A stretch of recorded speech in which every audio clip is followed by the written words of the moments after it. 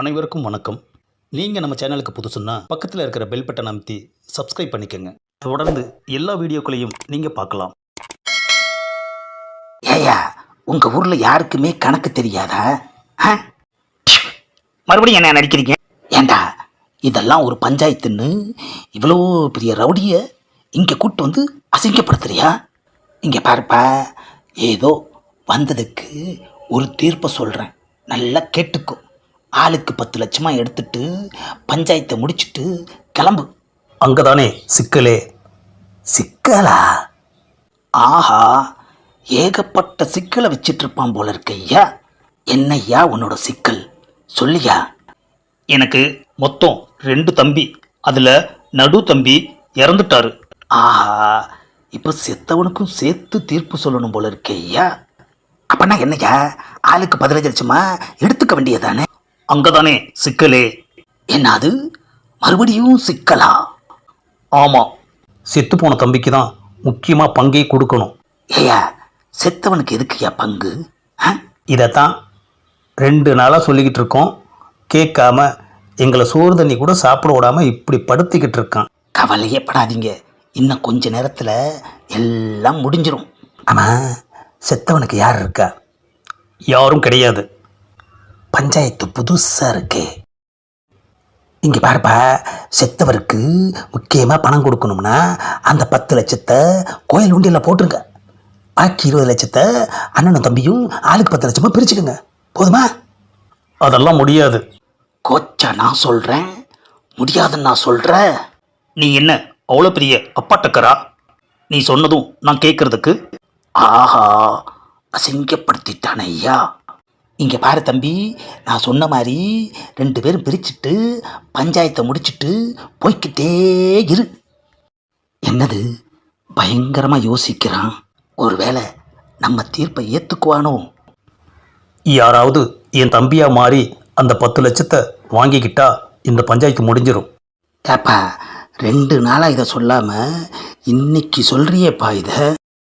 கோச்சா வந்தா உண்மை தானா வரும். போதுமா? என்னது புதுசாக இருக்குது, அது மட்டும் இல்லை பயங்கரமான ஆஃபராக இருக்கு ஐயா. எல்லாரும் நல்லா கேட்டுக்கிட்டீங்களா? யார் தம்பியாக மாறுறதுன்னு முடிவு பண்ணி முன்னாடி வாங்க. A few moments later.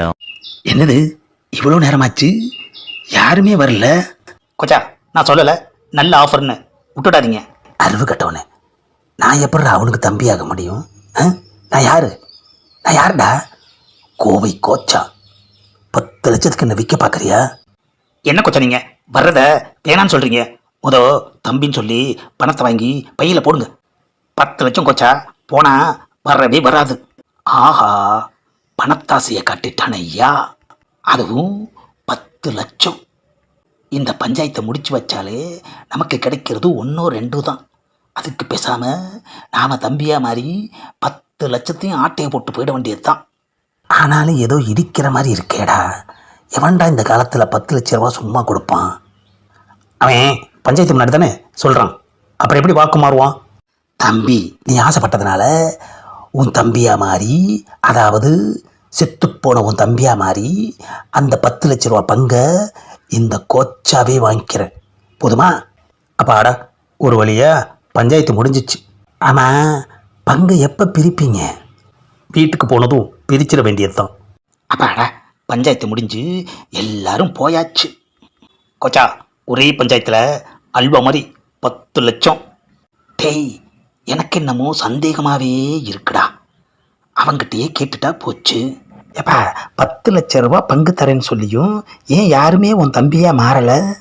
என் தம்பியா மாறி 10 லட்ச ரூபா பங்கு வாங்கிக்கிட்டா என் தம்பி வாங்கி வச்சிருக்கிற 50 லட்ச ரூபா கடனை அடைக்கணுமே. என்னது, 50 லட்ச ரூபா கடனா? ஆஹா, 10 லட்ச ரூபாய்க்கு ஆசைப்பட்டு இப்போ 50 லட்ச ரூபா கொடுக்க வேண்டியதாகி போச்சேடா. அப்போவே நினச்சேன், என்னடா ஒருத்தன் 10 லட்ச ரூபாயை இனாமா தர்றானே அப்படின்னு. ஆமாம், அந்த 10 லட்ச ரூபாய் கழிச்சிட்டு 40 லட்ச ரூபா எப்போ கொடுப்ப?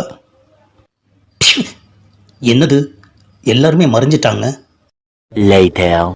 அப்பாடா, ஒரு வழியா அந்த ஊர்ல இருந்து தப்பிச்சு வந்தாச்சு. ஏண்டா, ஒழுங்கா விசாரிக்க மாட்டீங்களா? ஆன்ட்டி விஷயத்தில் என்னை அவமானப்படுத்துனீங்க. இங்கே என்னை போண்டியாகவே ஆக்க பார்த்தீங்களேடா. ம்